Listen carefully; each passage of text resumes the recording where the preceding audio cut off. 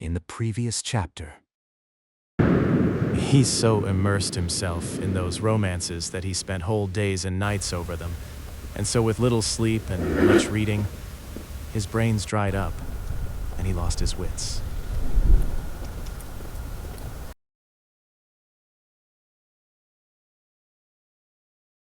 At this instant, Don Quixote began shouting out, "Hear, hear, valiant knights! Here is need for you to put forth the might of your strong arms, for they of the court are gaining the mastery in the tourney." Called away by this noise and outcry, they proceeded no farther with the scrutiny of the remaining books, and so it is thought that the Carolea, the Lion of Spain, and the Deeds of the Emperor, written by Don Luis de Avila, went to the fire unseen and unheard, for no doubt they were among those that remained, and perhaps, if the curate had seen them, they would not have undergone so severe a sentence. When they reached Don Quixote, he was already out of bed, and was still shouting and raving and slashing and cutting all round, as wide awake as if he had never slept. They closed with him, and by force got him back to bed. And when he had become a little calm, addressing the curate, he said to him, "Of a truth, Señor Archbishop Turpin, it is a great disgrace for us who call ourselves the 12 Peers, so carelessly to allow the knights of the court to gain the victory in this tourney, we the adventurers having carried off the honor on the 3 former days." "Hush, gossip," said the curate. "Please God, the luck may turn, and what is lost today may be won tomorrow. For the present, let your worship have a care of your health, for it seems to me that you are over-fatigued, if not badly wounded." "Wounded, no," said Don Quixote, "but bruised and battered, no doubt, for that bastard Don Roland has cudgeled me with the trunk of an oak tree, and all for envy, because he sees that I alone rival him in his achievements." "But I should not call myself Reinaldos of Montalvan did he not pay me for it in spite of all his enchantments as soon as I rise from this bed. For the present let them bring me something to eat, for that I feel is what will be more to my purpose, and leave it to me to avenge myself." They did as he wished. They gave him something to eat, and once more he fell asleep, leaving them marveling at his madness.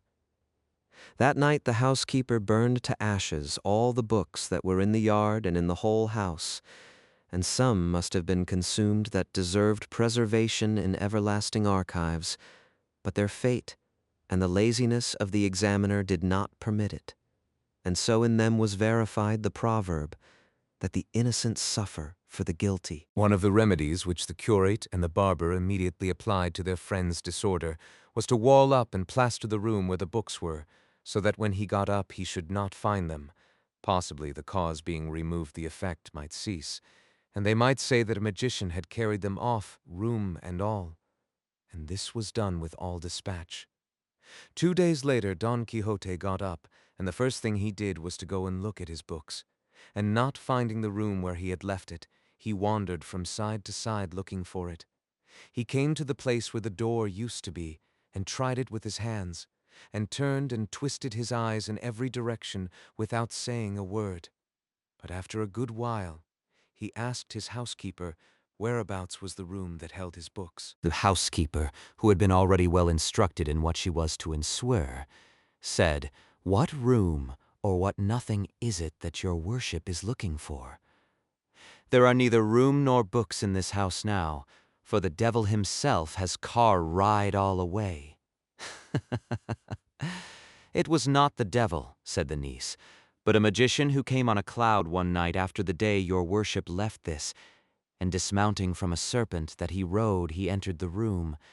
And what he did there I know not, but after a little while he made off, flying through the roof, and left the house full of smoke. And when we went to see what he had done, we saw neither book nor room. But we remember very well, the housekeeper and I, that on leaving, the old villain said in a loud voice that, for a private grudge, He owed the owner of the books and the room. He had done mischief in that house that would be discovered by and by. He said, too, that his name was the sage Munaton. He must have said Friston, said Don Quixote. I don't know whether he called himself Friston or Freeton, said the housekeeper. I only know that his name ended with ton. So it does, said Don Quixote, and he is a sage magician, a great enemy of mine, who has a spite against me because he knows by his arts and lore that in process of time I am to engage in single combat with a knight whom he befriends and that I am to conquer, and he will be unable to prevent it, and for this reason he endeavors to do me all the ill turns that he can. But I promise him it will be hard for him to oppose or avoid what is decreed by heaven. Who doubts that, said the niece. But uncle, who mixes you up in these quarrels? Would it not be better to remain at peace in your own house instead of roaming the world looking for better bread than ever came of wheat, never reflecting that many go for wool and come back shorn? Oh, niece of mine, replied Don Quixote, how much astray art thou in thy reckoning?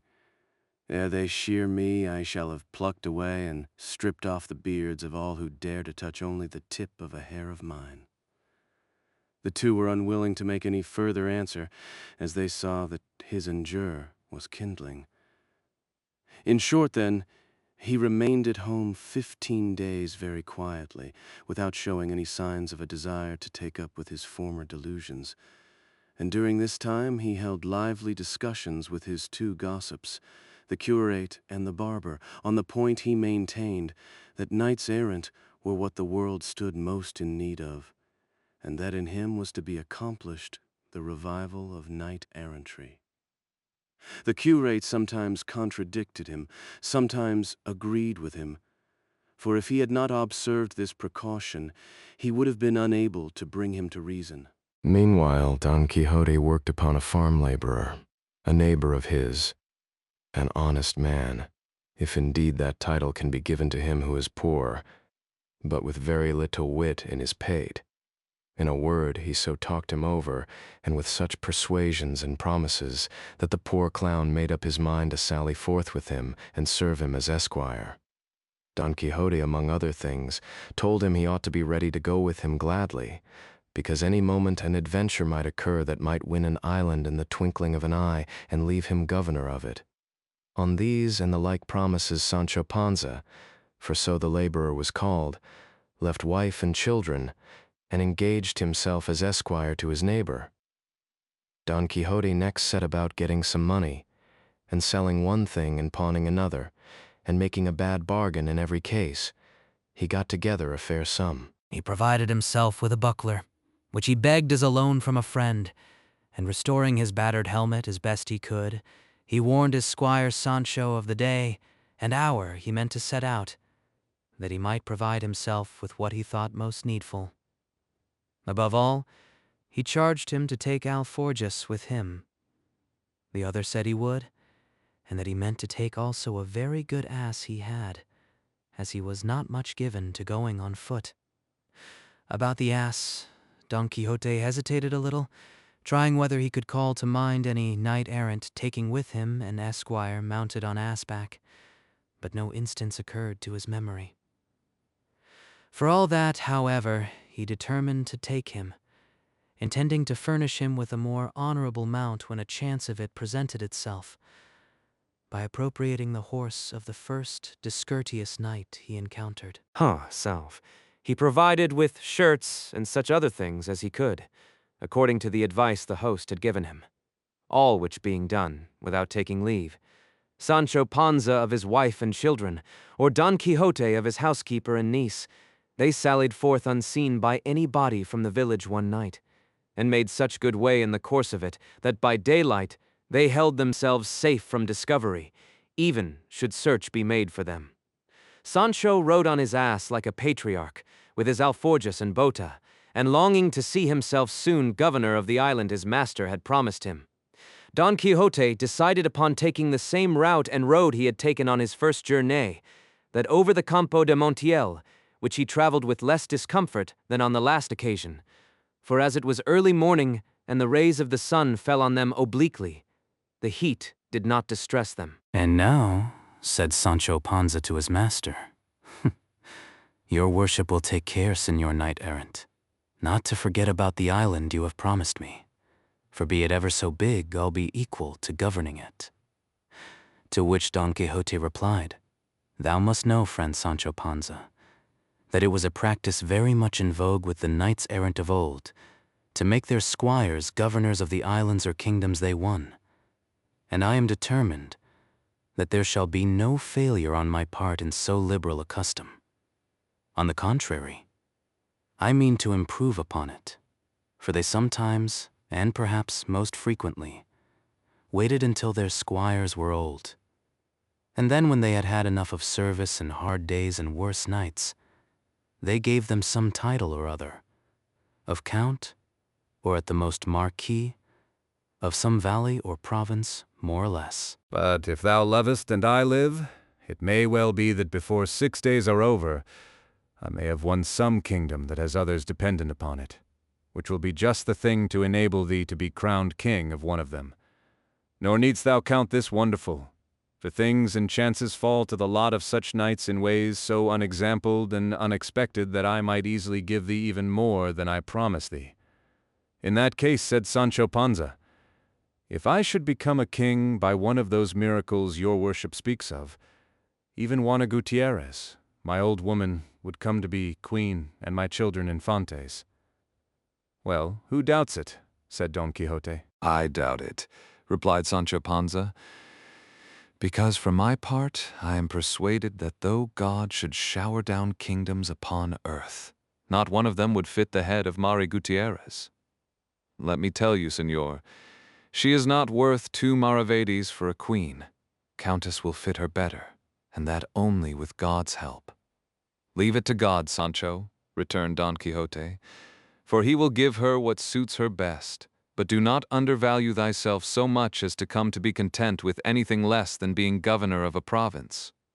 I will not, señor, answered Sancho, especially as I have a man of such quality for a master in your worship, who will know how to give me all that will be suitable for me, and that I can bear. To be continued. Please, like and subscribe if you don't want to miss the next chapter.